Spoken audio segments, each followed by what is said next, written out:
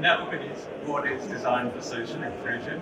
So this is the design of an environment so that it can be accessed, used and enjoyed by as many people as possible, regardless of age, gender, background and ability. So lighting design has to consider the people for whom it is designed. The principles of human-centric design are obviously based on assessing the needs of actual spaces rather than generic groups of people represented by standards. So that's what we're talking about really.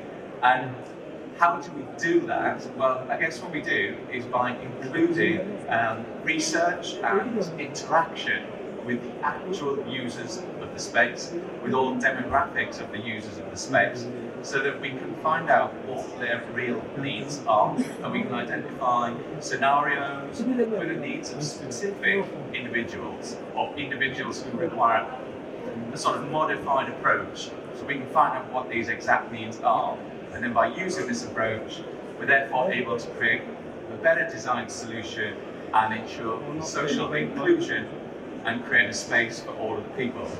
And the next sort of question I'm going to ask is, where should we do it?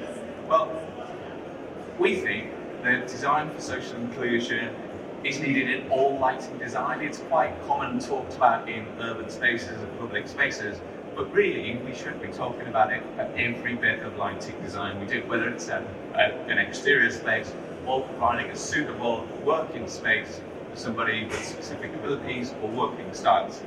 So we're going to kick off briefly by touching on one aspect of social inclusion, and that is design for gender inclusion. Fits that topic.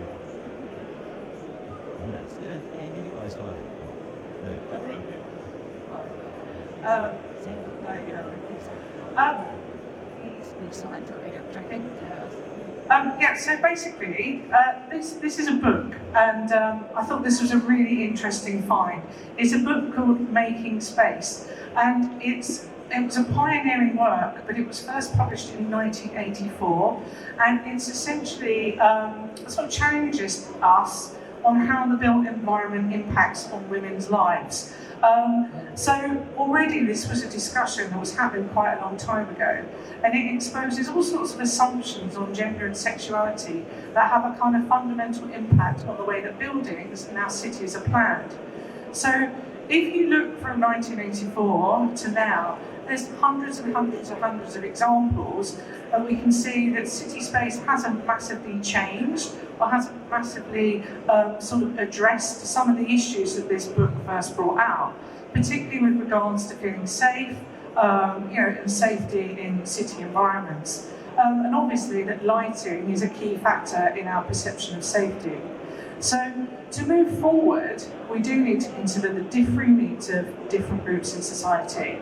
And for sort of, considering gender inclusion in how we design, we need to activate some gender-tailored analysis. So engaging women or girls in design and in sort of design discussion will enable us to sort of look at key factors and think about things like brighter isn't necessarily safer, and the quality of light over quantity, and also things like sightlines. So, just briefly, if you think about it, cities are designed they're supposed to be for all of us. But in the history of sort of city design and planning, they haven't been designed traditionally by women. So there's a real sort of disconnect there. And obviously, when you consider some very specific examples, there's a group in the UK called Making Space for Girls, and it's all about play spaces. So traditionally, play spaces have been sort of given over to things like football pitches or skate parks or BMX tracks, particularly in the UK. And that doesn't really consider, the needs of young women and girls. There's no space for them there. So Making Space for Girls is a campaign to sort of change that. And there's lots and lots of different examples like that around the world. Barcelona is quite, pioneering in this at the moment. They're looking at things like statistics for the journeys that women and men make. In Barcelona, most women use public transport or on foot. But the public space in Barcelona, about 60% of it is for cars, for parking. So there's a disconnect there. And they're doing projects like creating super blocks. So they're making spaces for where there's no traffic, there's lots of seating, there's sort of more community sort of feel to the spaces. So when you think about lighting, it's very much the same.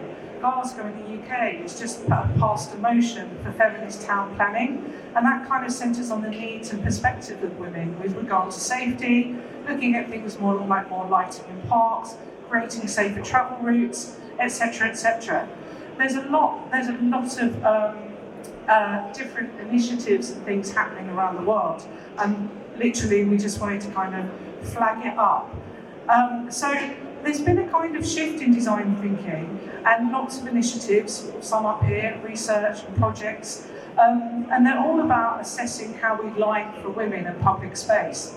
And whether that's bringing sort of things to your attention, like, there's a project in Sydney that's mapping out places in the city where women don't feel safe or have had to have something happen to them.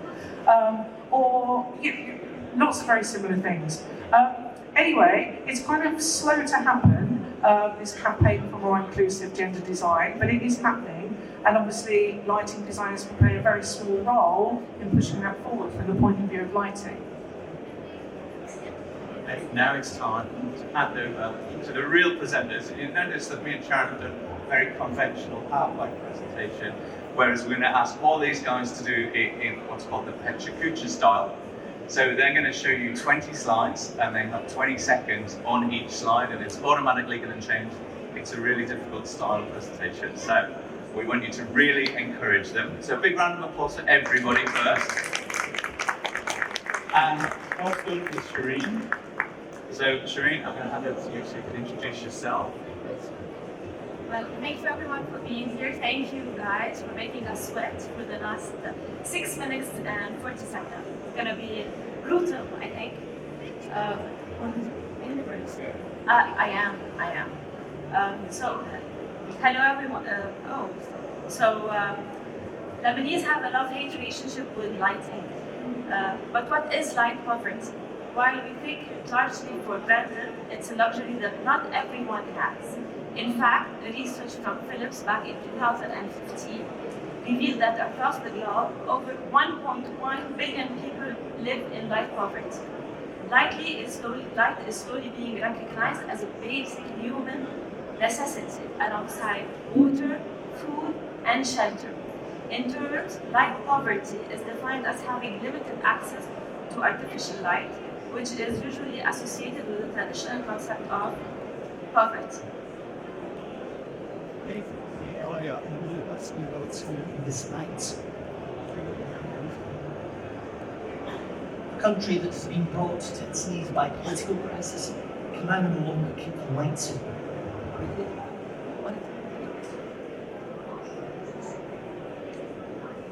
So this is how Lebanon looks like now. It's got have a technical issue. Yay, I have more time. I know.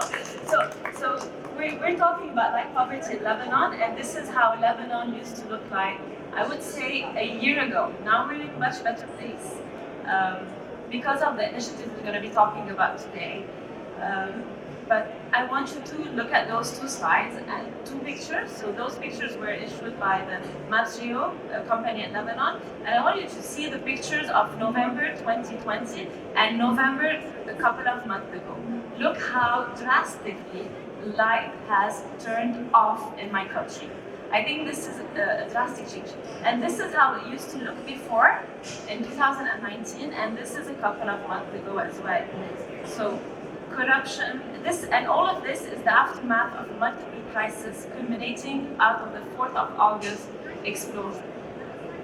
So we're going to talk about those initiatives. It started with corruption, economic crisis, revolution, pandemic, and the explosion. And in the absence of governmental entities and a clear recovery scheme, we have seen different initiatives take form to restore the public realm lighting. So international NGOs like UNDP and USAID have been in the country since 2015 with projects related to energy and fighting poverty and sustainability. Politically backed initiatives changed their course of action to fit current needs, and many local NGOs were born or found their work intensified after the 4th of August explosion. This is to bring back life to Lebanon. So Makhzouni Foundation is the first one. It's politically based. It has been active on the social ground since 1997. In their current project, to relight the streets of Beirut, they chose to install new solar panel lighting on the commercial main arteries. By doing so, they facilitated economic revival, brought back neighborhood life, and increased the safety cleaning. Till this date, they have installed around 550 new PV street lighting. The challenges they are facing is that their lighting is turning off earlier because of the winter weather. By the end of phase 3 that they're currently working on, they would have rehabilitated 40 avenues and streets, installed more than 835 solar streetlights. Main commercial arteries like Managa, Mazraa, Hamra, and Maghidis saw their business flourish after those installations. The second one is Women in Lighting award-winning program Light for Lebanon, was launched after the 4th August Beirut blast. It is based on the WIL award-winning initiative Light Reach Network. Its aim is to bring solar-powered lighting to homes and public areas in Lebanon to give residents back their lives after sunset. To date, Light for Lebanon have done over 15 interventions throughout Beirut with local partners and communities. They work with local NGOs like Develop Beirut, Beit al-Baraka, and Nusanet, from a simple distribution of the lanterns to rehabilitating unprivileged neighborhood by developing full-scale lighting studies. Light for Lebanon is now launching its work for 110 schools and communities. Impact to date, 3,251 portable solar lanterns, 391 solar floodlights, and 47 solar street lights. Rebirth Beirut was established in September 21 in response to the tragic blast that struck the city on August. The latest initiative, called Dawi Shera, is in collaboration with local communities to light the already existing street lighting in collaboration with the community and Medco. So the NGO coordinates with private entities such as hospitals, universities, building owners to use their private generators to light the already existing lighting fixtures. In return, the end users get cuts from Medco, which is one of the leading petrol providers in Lebanon. Impact to date, 48 streets, 5 avenues, 2 stairs, 2 squares have seen their streetlight put back on with entities such as Hôtel de France, Saint Georges Hospital, Christmas Medical Center, Mail Commercial Association, American University of Beirut, and many individual buildings. Those ecologically clean lighting installations brought back life to neighborhoods and areas that were doomed. The process has proven that the lit street had small stores to stay open longer and restaurants to do better business. Economic life was restored, it revived social interaction, and increased safety and community feeling. But unfortunately, I'm sorry.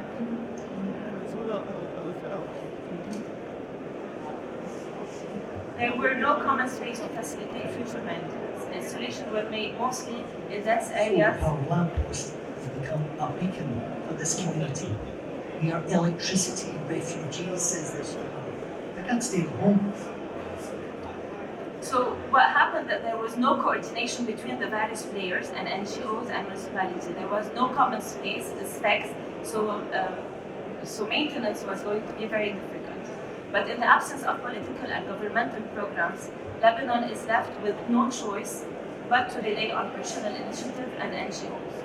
Although their efforts and achievements are remarkable, they cannot replace the role of local volunteers. Thank you.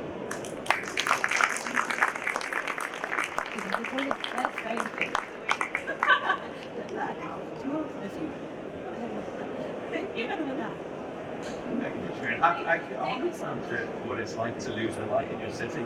Actually, obviously I knew it had happened, but once I saw that, it's puts it into a whole new context. Can you take this just back one slide, please?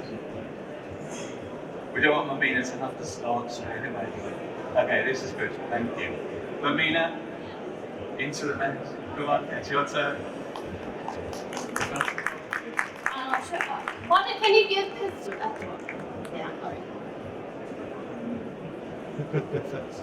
Hold it. Yeah.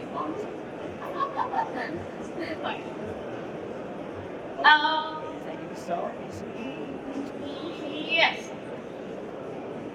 Hello, everyone. Thank you, Light Middle East, Light Collective, and everyone involved to bring us all together in Dubai. So my goals for today's topic are to ignite your curiosity, to launch path for action, and what we can do to support diversity, and how can we design for social inclusion. So I look into my past 5 successful years in the lighting design industry. I'm Momina Salim and born and raised in Pakistan. So I got my education in Europe, bringing light education in. Now I'm working across the globe, mostly projects in Japan, Taiwan, and China. So diversity and inclusion are pretty big concepts, but we'll get there. So Teddy Lope from University of Atlanta shares the aphorism, we often do well when we come from a place of love, and that goes beyond the human rights imperatives to do what is right. Today we do a little exercise, and one of the things I'm going to ask you all is to do work with me, actively participate to build a sense of community in this room. So when a speaker asks you questions,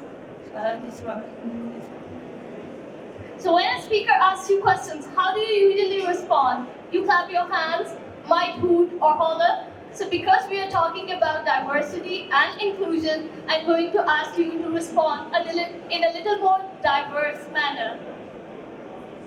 So I ask you to respond visually and auditorily. So in addition to clapping your hands and indicating that you're there, if you can also respond visually in a way that works for you. Maybe wave your hand or in a sign language saying thank you. So come on, I need to hear you.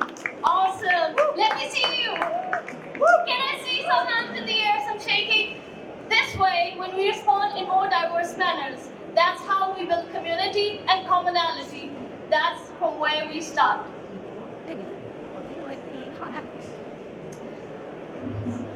Let's do another. How many of you love and care about somebody who at one point of time has used crutches or wheelchairs or walker? Someone whose brain wiring or chemistry is such that they perceive, think, and behave differently. So how many of us know someone who sees and perceives differently? We all are coming from different places and unique in our ways and cultures.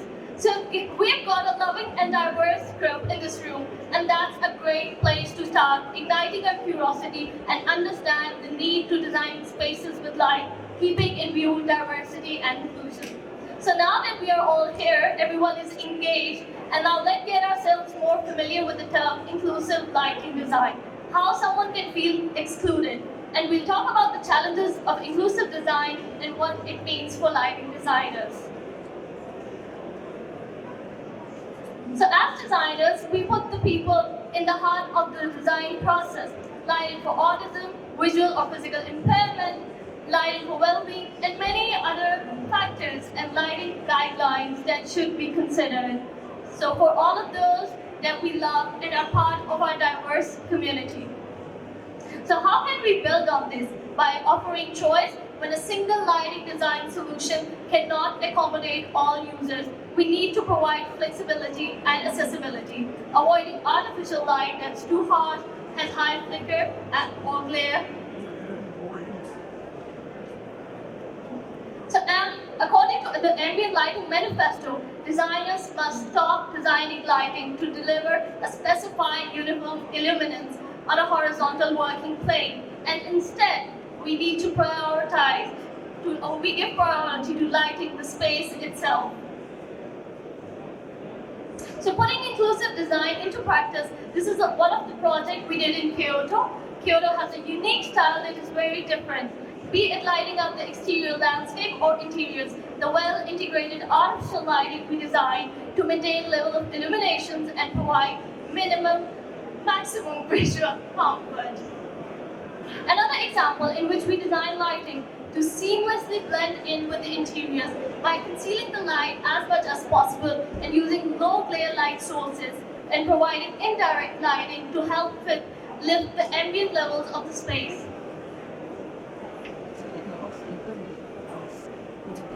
Lighting scheme for the hotel Mitsui, as you can see, exemplifies the move to balance light within space, how they react with materials, and creating a subtly lit, welcoming space. And provided the customized dimmable lighting fixtures create a space that is accessible and adaptable for everyone. One of the rare important factors to consider for physically disabled and wheelchair users is ensuring that any light switches in the guest room should be accessible and should be no less than 750 millimeter and no more than 1200 millimeter above ground level. So it's one of the standards in BS 8300. It's never lighting dictating the design, but lighting complementing the space and needs of the user to create a visual interaction. In the light of the latest research, the right balance of brightness and contrast is what creates visual comfort for all. So, on that note, we need to acknowledge diversity within the community and design environments, considering that good lighting design is a key element in a space to accommodate more and more individuals with diverse needs, so everyone can use them safely, easily, and with dignity. Thank you.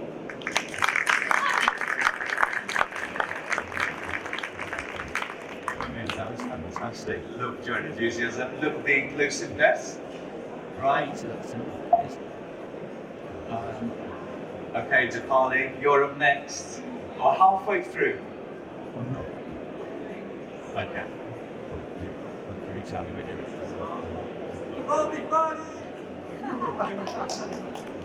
you're I second that. Ready? So, design for social inclusion. I think there is a possibility of changing the title a bit, and I'll tell you why at not this presentation.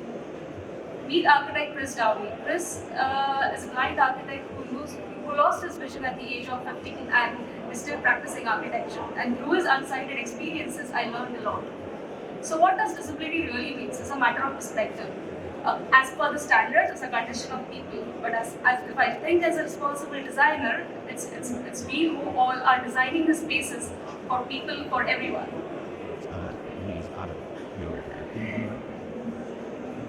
So who really came up with this idea of standards? Is this guy Tutelit, who did his study on human beings and made this assertion that an average person is a representative of a true human being, and any deviation from this standard is resulting into abnormalities. And I think this is something that really stuck deeply in our design thinkings, and this is how I'm going to show you also. This is an example of 3 beautifully designed staircases, but it would be a nightmare for a person with visual impairment and also for someone who is a senior citizen. Especially the one on the last, the spiky one, it could be a really nightmare for people who are of older age. This is another example of an open public space. This yet is a fearful place for someone who is visually impaired because of the rough contours. And also someone who is facing physical challenges, they don't have accessibility of ramps, so we are excluding people from experiencing spaces entirely. This is a street in Switzerland, and one of the main observations of people with visual impairment is they have difficulty walking on rough textures, especially during the night time. So what we all can do to change the scenario? I think a lot of experimentations were done on the site, and I think when you replace some of these blocks with self-luminous blocks, then this is how you encourage people who are visually impaired to take that road, to walk through, to feel through the space. And there are some, this is all basic, this is all we all get started with. You know, these are very simple design techniques where we can use people to experience spaces. Now, I have been reading a lot of lighting standards which talks about safe navigation, but I think what they are missing is what about the experience of a space, which is much more than safe navigation. What we can do as a designer is to have all of them included. So this is a small experiment I did with a group of designers. I blindfolded them and I asked them to take a route and to literally enjoy, to learn, to know how this non-visual experience really is. So you basically blindfold these people and ask them to take a route and learn and understand what are the supporters and barriers of a space. And then I then documented this whole experience in a kind of sensory map to help understand what are the different non-visual experiences you can have, and then classifying them into the barriers and the supporters of any space. And very interesting results were noted down, such as stepping up is easier than stepping down. And through this ongoing research on visual impairment, I have laid down 3 key elements of any design for social inclusion. Is understand the non-visual triggers of any space, analyze them, how you can use light as a tool to enhance these non-visual triggers, and most importantly, design for different level of engagement. There can be short-term, there can be long-term, but we as a designer, we have this responsibility of making all kinds of experiences. Now let's look at a situation where there are no standards and the common people, who I call them as exclusion experts, when you include them in your design practices, what happens? There's a child who is visually impaired, but he is just happy to read a signboard during night time, just seeing the signboard lit. So these are very small steps that go very long ahead into how we can as lighting designers help people who come from different categories experience the place. Now this is a lamp which is designed for autistic people. This is a very powerful tool of saying how light can be used for learning different textures, different materials, and can really help people who are suffering from autism. So it is about sharing this common example. Again, there are many researches ongoing on how women can be feel more safer during the night times, and I think it's a time where we integrate these researches into design practices and look how design experiences can be designed for everyone. Or it could be simple tools as letting the back of a swing where the old and the young together swinging happily in a space, in an open public space. So it is about including light as a universal language of design and looking through of how people can be really engaged in a society irrespective of their age. This is also a very good example of showing how light can really unify people from different cultures, sitting under one roof, enjoying this experience, celebrating light, but just light as a powerful medium of how people can be brought together, how experience can be created. And I think this is one of the important message I want to share with you all, that inclusion doesn't mean one size fits all. It's about bringing together these exclusion experts and then having a multidisciplinary approach where you gather all the designers from different kind of industry, from different strata of our society, and then you make a good point. So when a visually impaired kid was asked, what does lighting mean to you? He said, lighting means independence to me. And I think it's a very powerful thought. It gives me back a sense of how responsibility we have as a designer to create spaces that is catered to all. And when I talked about we can modify the title, I think design for social exclusion itself it's in a category of an exclusive category. So let's talk about design is always for social inclusion, period.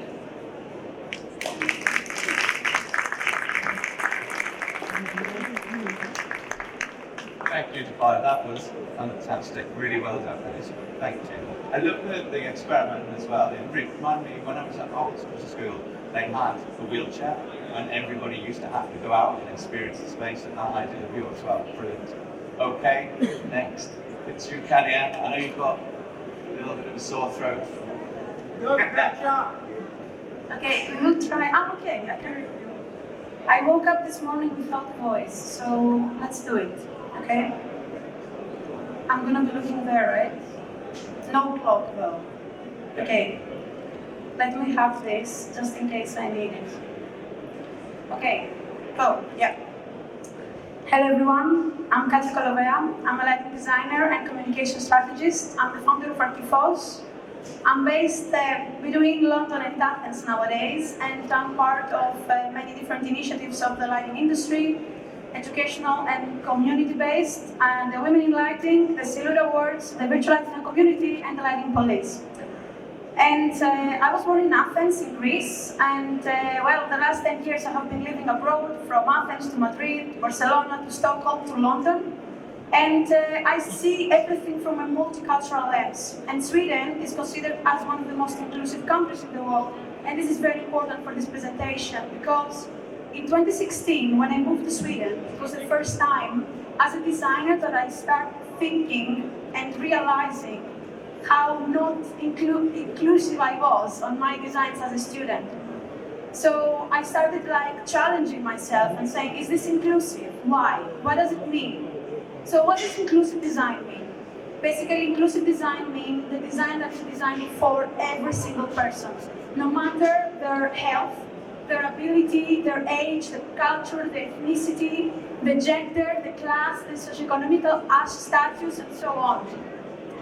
But I would like you to think to see those examples and think straight away for who this is not designed. Do we as society design for everyone? Is this safe for children? Is this safe for people with disabilities? Is it safe for people with visual impairment? No. So what about in lighting design? Do your clients coming to you and asking you for inclusive design? Well, not mine, at least. And do we talk about this in the lighting design world? But if we do talk about it, I would divide it into two different categories. So the one would be the safety part, when we talk about vision and confidence, and the other one about diversity. Needs, different needs, preferences, different intensity of light, the light direction, and so, well, everyone have mentioned already, there are so many things in lighting design and inclusion. But light is a universal language. It connects us all, no matter our age, our health, wherever we are coming from. It's a non-verbal communication medium that really connects us all. And now I would like to share with you one very, very important project to me. It's basically the project that made me realize what I want to do as a light designer, finding my mission. And we are going back to Sweden in 2016, together with the fellow lighting design students at KTH. We had the opportunity to create this public installation for people to experience for a few days. And the concept is very simple. We were just using the principle of colorful shadows, but the impact was massive. And for me as a young student, being there and looking at all of those people interacting, playing with their shadows, it made me realize that this is what I want to do in my life, to create experiences with light for everyone. And when you see these pictures, I would like you to think if you feel safe. Well, obviously not if you're living in Dubai, because I feel safe everywhere apparently. But what does this look like? Like, do you feel that it's missing something? Do you feel that it's missing light? But as already was mentioned by Dipali, more lighting alone does not create safer cities. We need to include lots of experts. We need to create safer cities in very different ways. We need to talk with experts in sociology and so on. So here I have selected one of my favorite projects in London, designed by Michael Grab Studio, where when the lighting was in the previous condition, it was a very dangerous space, a very dangerous place to be in London. And now it's a safe space where it invites people to sit there and relax. But if we go out of the urban space and we think about another place where we need to consider inclusivity, is the hospitals. So in hospitals, there are going people from different age groups for different reasons. Some are going as patients, some as visitors, medical staff. And so I would like all of us to think, as lighting designers, what we can do to create more inclusive spaces where we use the light in a way that make those people feel better, and giving them the flexibility to control the light conditions in a way that it can make them feel better. Like in this example in the Sci-Tech clinic in Berlin. And if now we go to office spaces, it's another very important place where we need to think about inclusivity, because we're talking about people with different needs, different interests, different responsibilities throughout their work. And here is the King office in Stockholm, and I had the pleasure to research this as a student again. And this space really gives flexibility to the employees to change the conditions on the way that they want. And this is like the main space that they can have meetings and all of that. And now, if we go to the next example, and we go back to outdoor spaces, but in a more temporary way, as Claudia Bach mentioned before about the immersive experiences, here we see a light sculpture, which doesn't matter if you are a child or an elder or an older person, you can experience it if you can run or if you can walk, of course. So, to sum it up, it is our duty to design for the people. So, as Theodore Melfi said, we have a responsibility to make inclusion a daily thought, so we can get rid of the word inclusion, like Diwali, that you would equal. So now, more than ever, it's time to do better. It's time to celebrate our differences and design a world that feels inclusive for all walks of life. It's time to reimagine all public spaces where everyone feels equally welcome. Thank you very much to all of you and to all of you. Thank you. I should work with this today, I think. Yeah, I can work with it. I would say that man with you there in his desk. Thank you, Katya, for your presentation again.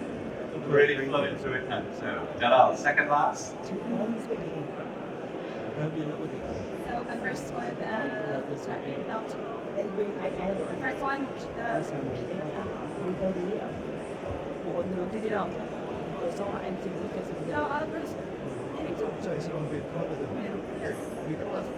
Yeah, so hello everyone.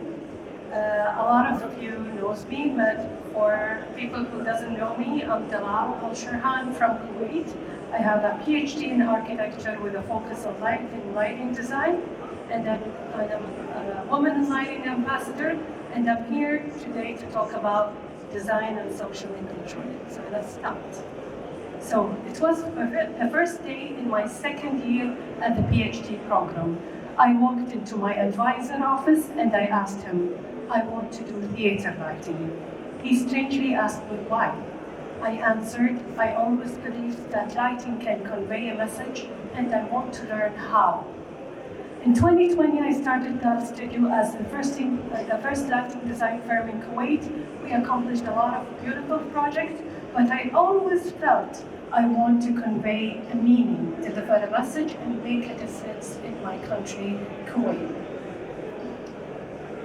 Seems like fast. So this is why I'm here today, to talk about my story with design and social inclusion as it increases diversity and generates benefits for everyone. But what is social inclusion? Social inclusion is the process of improving the terms on which individuals and groups take part in society. The number of blind and visually impaired people is constantly increasing. There are 36 million blind people in the world, and 2017 million moderate to severe visually impaired people. Lighting is among the tools that can contribute to making space more accessible, but lighting that are based on the standards of sighted people do not provide bright comfort for those who have visual sensory impairment. However, I believe this is one part of the story.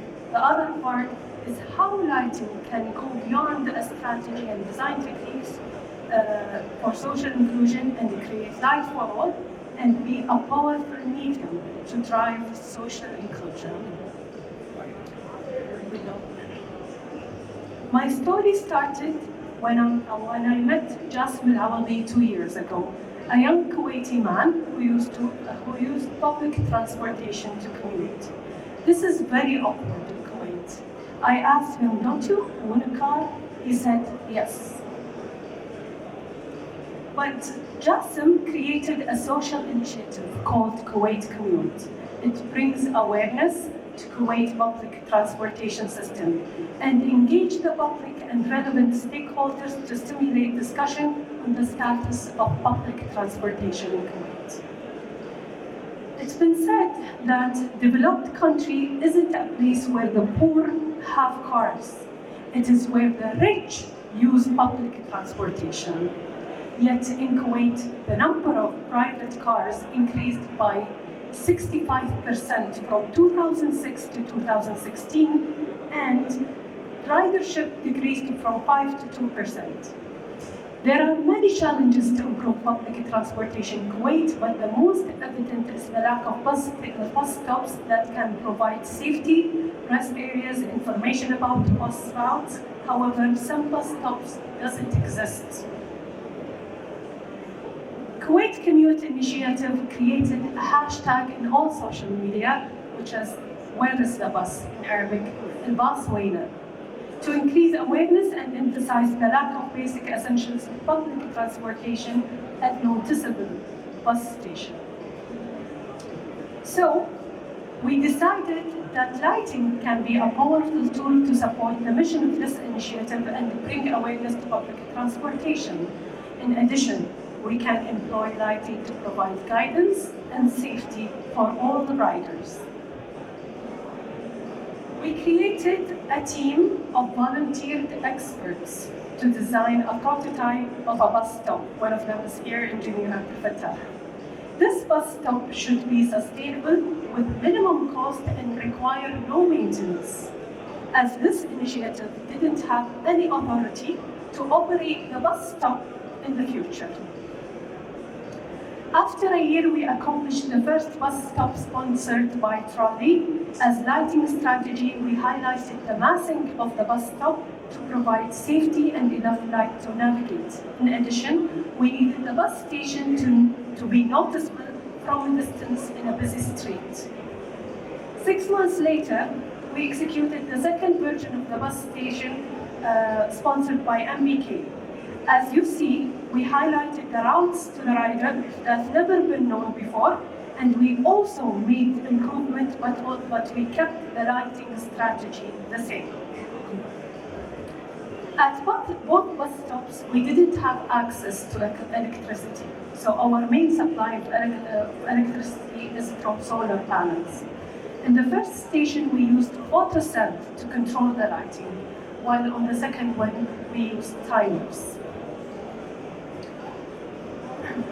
Both bus stops get attention from media, decision makers, politicians, and members of the Kuwaiti parliament.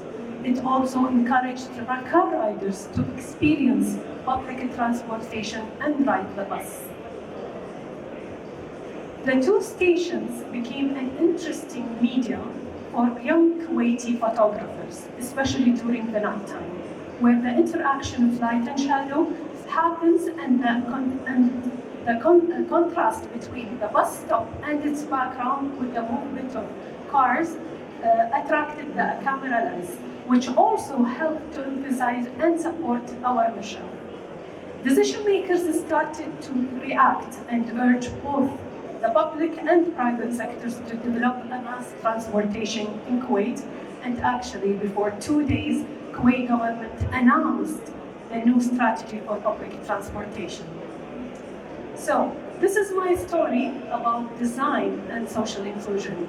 I believe that lighting not only can be a strategy for social inclusion, but also be a powerful medium to voice out social inclusion and create quality and diversity. Thank you very much.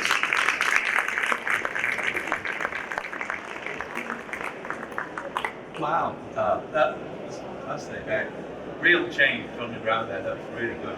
And the bus stop is a thing of beauty, really amazing. Okay, so it's time for our last presentation of the day. Zerbi, are you ready to close the show?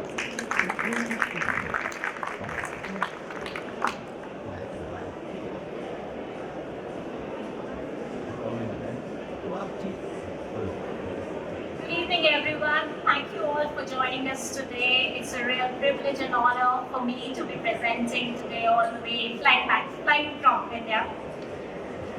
Well, I would like to thank the Light Middle East team, Sharon and Martin, for this wonderful opportunity.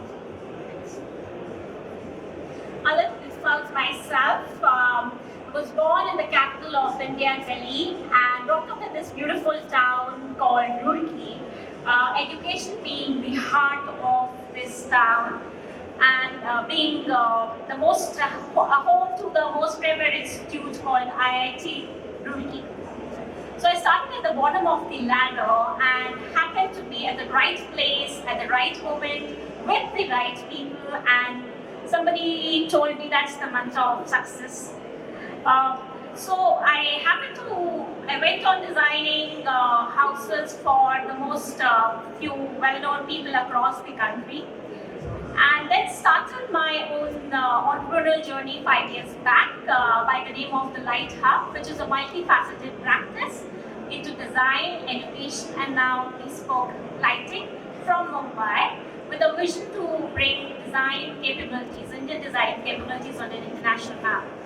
A quick glimpse of our projects, right from hospitality to high-end residential, to commercial and high-end retail.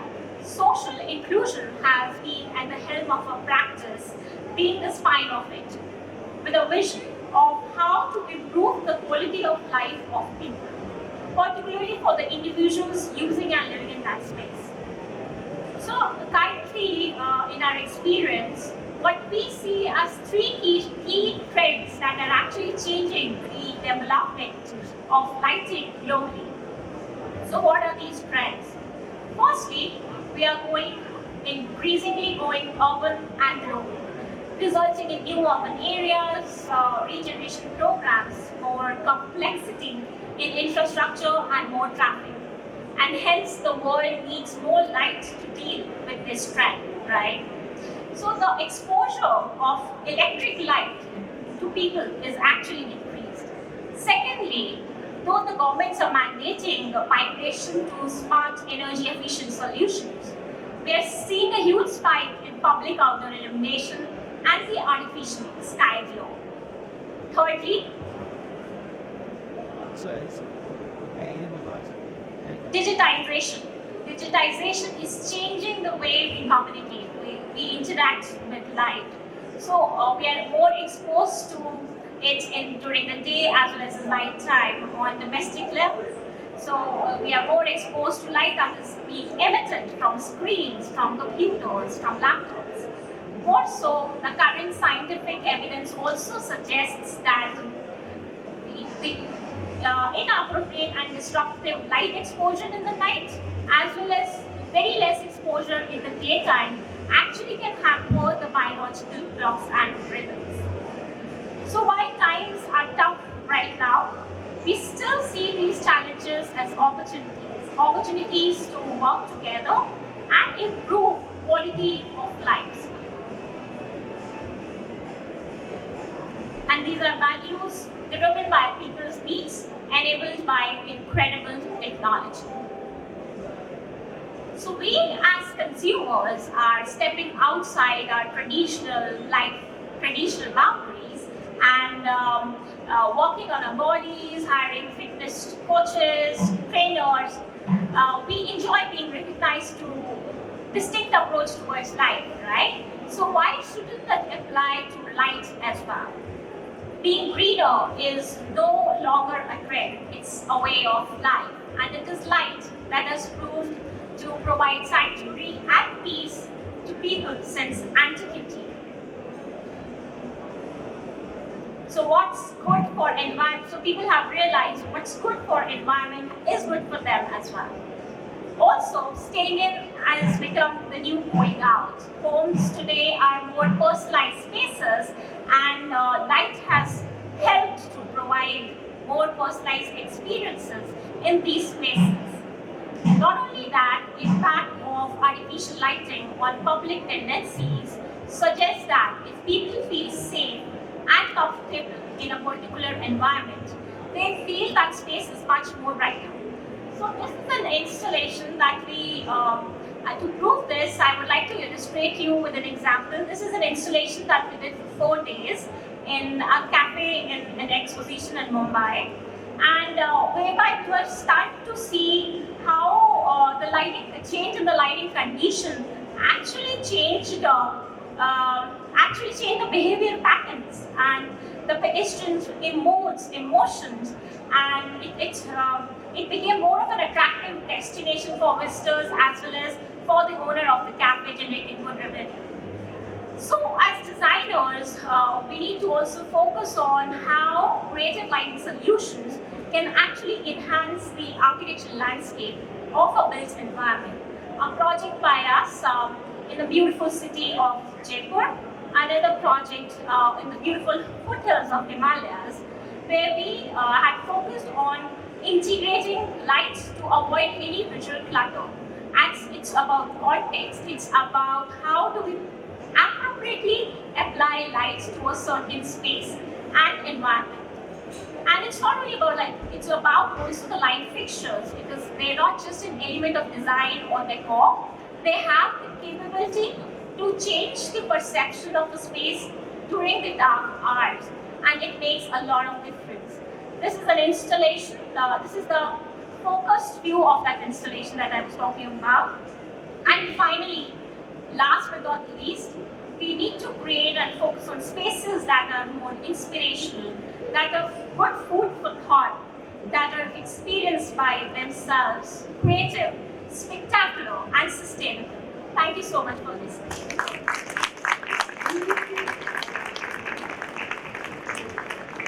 Thank you, Sylvie. I mean, we've put our 6 speakers under real pressure here doing this Petra Kucha format, but I'm sure you'll agree with me that actually what it does is it delivers really powerful messages in really, really hard-hitting ways. It's fantastic. Each of you was brilliant. They were fantastic, and the messages were brilliant. Massive round of applause for our panel. Thank you very much.